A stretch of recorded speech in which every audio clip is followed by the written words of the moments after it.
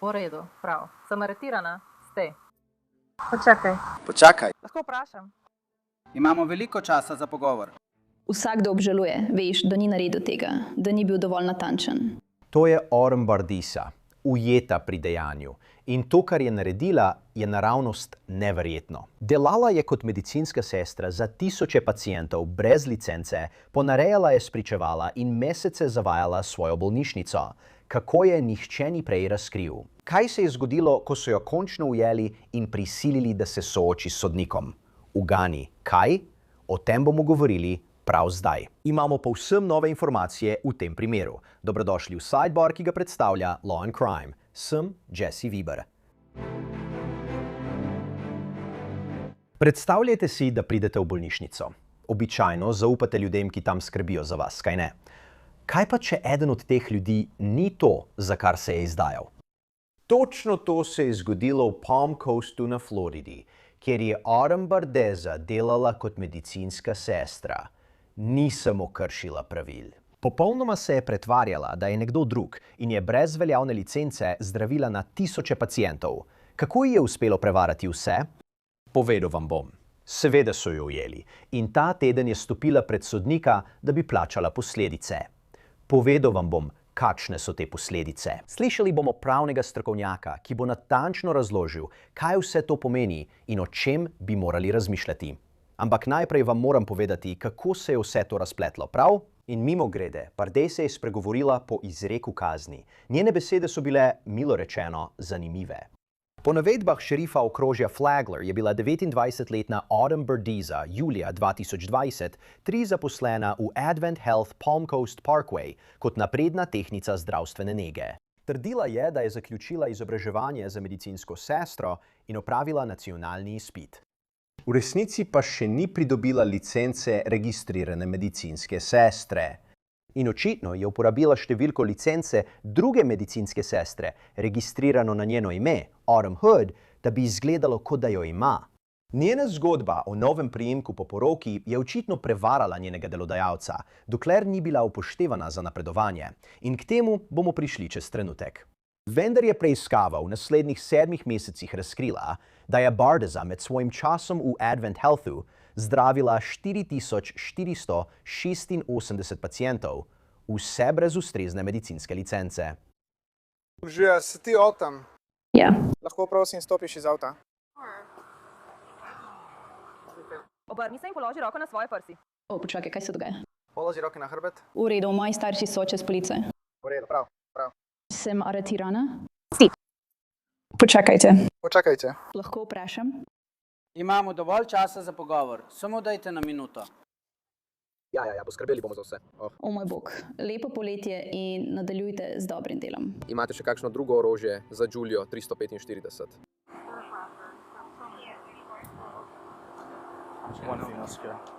Naj vam povem, da je za vas razpisan nalog za prijetje zaradi hujšega kaznivega dejanja, v redu? Zato je določena varščina, v redu, kar je dobro. Mislim, da je znesek varščine 70 000, v redu, v redu. Tako da ste lahko izpuščeni v varščini. Kaž? Zakaj? Veš, zakaj gre pri vsem tem? Ne ravno. Nekaj sem imela z Ministrstvom za zdravje, ampak imam svojo licenco. In mislila sem, da je vse urejeno, ker je veljavno in aktivno. Vedem, torej to izhaja iz tega. Kontaktirali so nas, ne mene neposredno, ampak nek tip iz Ministrstva za zdravje in socialo se je obrnil na vas pred nekaj meseci.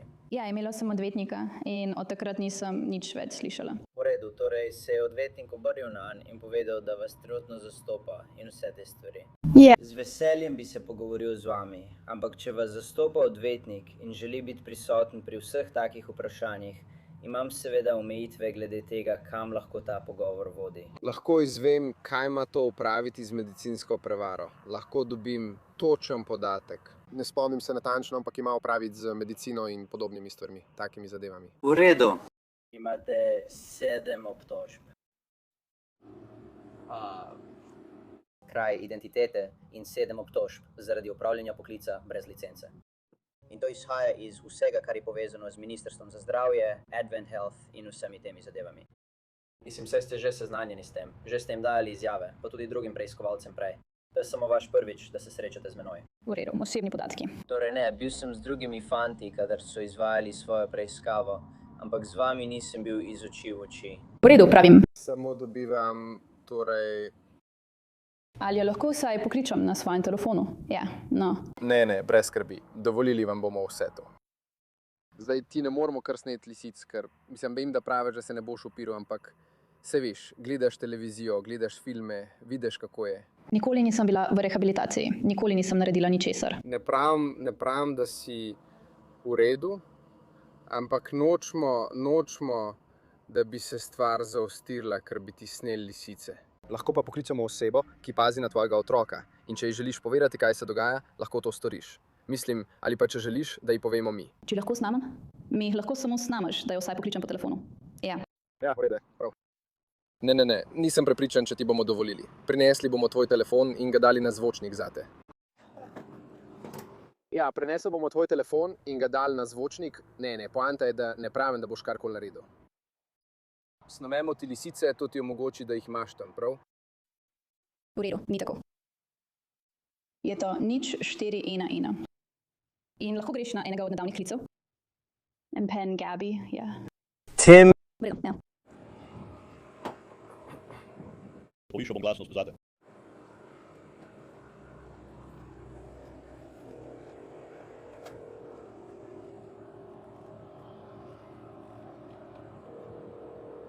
Zdi se, da so tvoja vhodna vrata odprta. Ja, hodo je, ja, prosim. Bi želel za trenutek stopiti noter iz vročine? Ja. Mislim, je še kdo drug v hiši? Imam tvoje ključe. V redu, ali lahko vidiš? Ali lahko kdo? Je še kdo drug v hiši? Samo moj pes, ampak me kliče. Lahko samo odstranite to, ne bom ničesar naredila. Zaenkrat ga ne morete odstraniti. V redu, pojdi skozi hišo. Tukaj, kot sem rekel, samo sedi. Ja, samo premaknil bom avto na dovoz. To moram hitro povedati. Si videl naslove o tem, koliko Američanov se trenutno spopada z dolgovi? Je resno. Ampak potem se to pokaže. Veš, to se pokaže tudi v tvojih lastnih številkah, z naraščajočimi saldi, stroški in minimalnimi plačili, ki se vlečejo leta. Ni pa treba, da tako ostane. Zakaj to pravim? Današnji sponzor PDS Debt je pomagal 100.000 ljudem pobegniti iz dolgov, zmanjšati dolgove in ponovno prevzeti nadzor. Torej, ne glede na to, ali gre za kreditne kartice, osebna posojila ali zdravstvene račune, ima PDS Debt prilagojene možnosti, ki ti pomagajo hitreje odplačati dolgove. Minimalna kreditna ocena ni zahtevana. Gledajo dlje od številk in oblikujejo osebne načrte, da ti pomagajo vrniti denar tja, kamor spada, v tvoj žep. Poleg tega imajo oceno A+ pri Better Business Bureau. Vsak mesec, ko čakaš, te bo stal več, vendar se tvoja pot iz dolgov začne zdaj. Ko so številke jasne, ukrepaj. Prevzemi nadzor v 30 sekundah. Pridobi svojo brezplačno osebno oceno in najboljšo možnost zate na pdsdebt.com/sidebar. Če je pdsdebt.com/sidebar. pdsdebt.com/sidebar. Šerifov urad okrožja Flagler, enota za izsleditev ubežnikov, je aretirala Bardiso v njenem domu v Palm Coastu 5. avgusta 2025. In šerif Rick Staley je to označil za enega najbolj pretresljivih primerov medicinske prevare, ki jih je kdaj preiskoval, pri čemer je poudaril, da je potencialno ogrozila na tisoče življenj. Verjamemo, da je več kot 4400 pacientov, da je bila na takšen ali drugačen način vključena v oskrbo v Advent Health Palm Coast, ki je naša najnovejša bolnišnica v okrožju Flagler. V tem je bistvo, ka ne? To ni neškodljivo kaznivo dejanje. Kako je torej to tako dolgo ostalo neopaženo? No, Bardeza je očitno povedala kadrovski službi, da je opravila licenčni izpit. In ko je januarja 2025 prišlo do tega napredovanja, je sodelavec preveril licenco. In takrat so odkrili, da je licenca C1 potekla. In očitno tudi nikoli ni predložila poročnega lista, ki bi ustrezal podatkom, ki jih je navajala.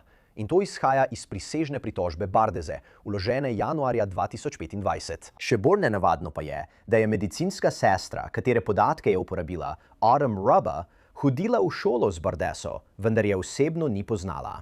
Dve ženski z imenom Autumn in obe delata za Advent Health, le da sta v različnih bolnišnicah. To je po podatkih šerifovega urada okrožja Flagler. Neverjetno. Oblasti so prav tako našle poročila, da je Bardeza sodelavcem dajala zdravila na recept, vključno z Ozempikom in injekcijami za kontracepcijo. Čeprav bom jasen, po pritožbi niso bile vložene nobene obtožbe v zvezi z zdravili. Torej, ujamejo jo doma, policisti so pred vrati, telesna kamera snema in misliš si, v redu, primer je zaključen, kaj ne? Tukaj postane resno. Država tega ni nameravala kar tako spregledati. Bardeza je bila obtožena več obtožb za huda kazniva dejanja, zaradi opravljanja poklica brez licence in pretvarjanja, da je nekdo drug, po podatkih sodišča okrožja Flagler. V naslednjih nekaj mesecih se je soočala z obravnavami, predobravnavnimi naroki in vedno več dokazi. A preobrat je bil v tem, da namesto da bi šla skozi celotno sojenje, je Bardeza na koncu priznala krivdo, brez priznanja odgovornosti za obtožbe. 7. aprila je stala pred sodnikom okrožja Flagler. In veste kaj? O tem, kaj je sodnik odločil, bomo govorili čez trenutek. Ampak zakaj o tem ne želimo govoriti? Z nami je floridska odvetnica Alexis Rosenberg. Že nekaj časa nismo videli. Želimo govoriti o tem. Zato ne razkrite kazni. Pogovorili se bomo, kakšna je kazen. Ampak zakaj se izreči, da ne oporekaš obtožbam? Namesto da bi šla na sojenje, je umaknila svojo prejšnjo izjavo o nedolžnosti in podala izjavo nola catendre. Napačno sem izgovoril. Nola catendre. Mislim, da zdaj prav izgovarjam.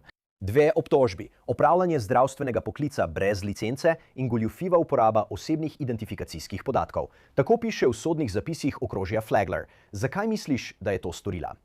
Torej, ta posebna izjava, ki jo v pravnem jeziku imenujemo nolo, v bistvu pomeni, da priznaš krivdo, ne da bi priznal krivdo. To je v bistvu to. In to je nekaj, kar je nekakšna izjema na Floridi. Nekatere druge zvezne države to morda imajo, vendar ta izjava ni na voljo v vseh zveznih državah. Tako ni nenavadno, da se obtoženci odločijo za takšno izjavo, če se nagibajo k temu, da bi izrekli izjavo o nedolžnosti. To je izjava, ki jo bodo izbrali. Kakšna je bila prednost tega? Zakaj preprosto ne priznaš krivde? Vedno se sprašujem, ali je to nekaj takega kot ne bom stal pred sodiščem in priznal, da sem to storil, ampak ne bom se boril proti tožilstvu, ne bom izpodbijal obtožbe. Ali o tem kaj takega? Nočem priznati, ali to na kakršenkoli način ohranja tvoje pravice? No, ne priznavaš tega in to je precej običajno na Floridi. To je nekoliko nenavadno za obtoženca, ki sprejema sporazum o priznanju krivde, da reče, kar ti govoriš, nedolžen, te točne besede. Tako da to ni nenavadno. Prednost ni nujno nobene koristi, razen dejstva, da v resnici ničesar ne priznavaš. Torej, potencialno z civilnega vidika obstajajo nekatere stvari, ki tam veljajo in so nekoliko drugačne, ko sprejmeš takšno priznanje. Ampak z kazenskega vidika pa ne ravno. Si presenečen. Glede na dokaze?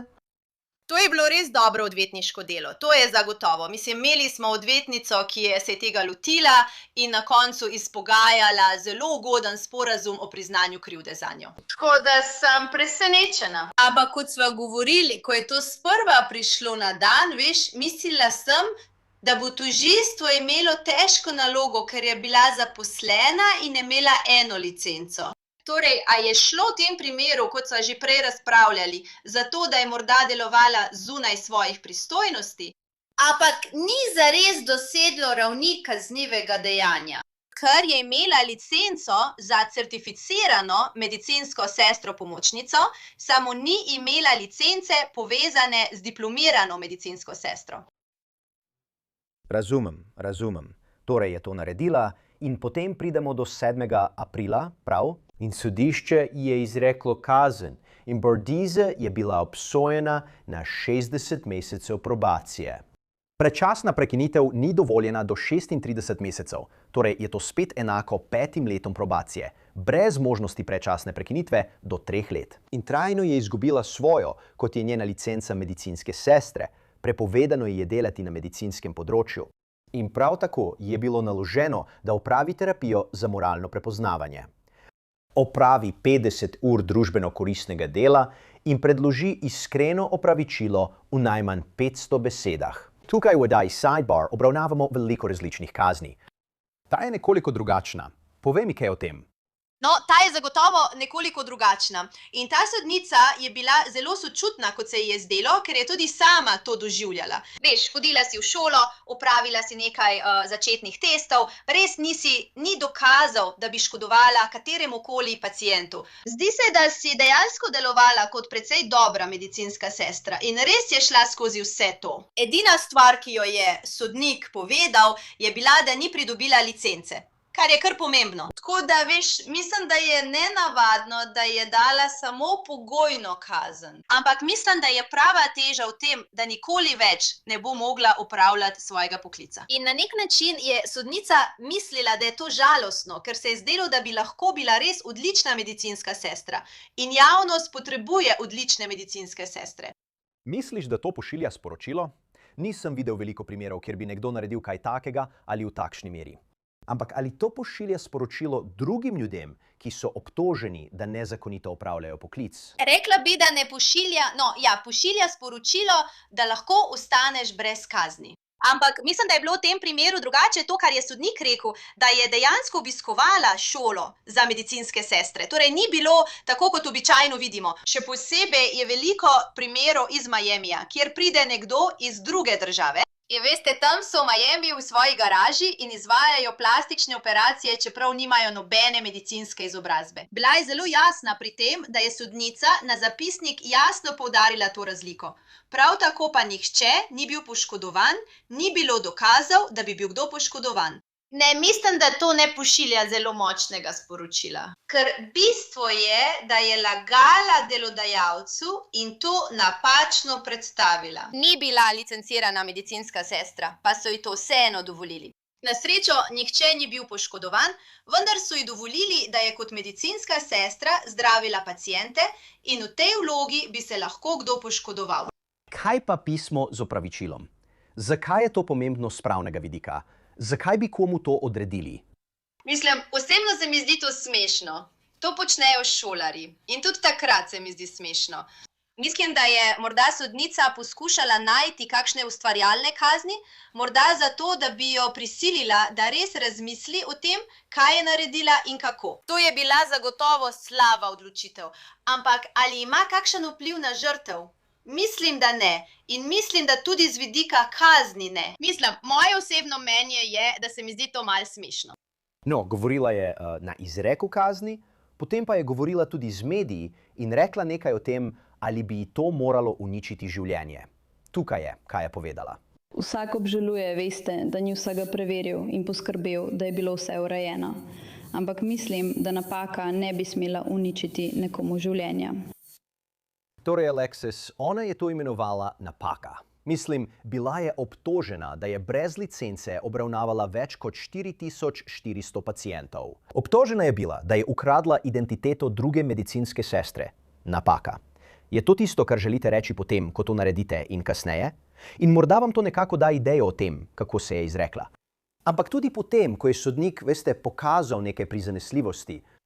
Rekla bi, da je bila to napaka. Vsekakor mislim, da je bila, veste, slaba odločitev z njene strani. Ampak verjamem, da je bilo to namerno.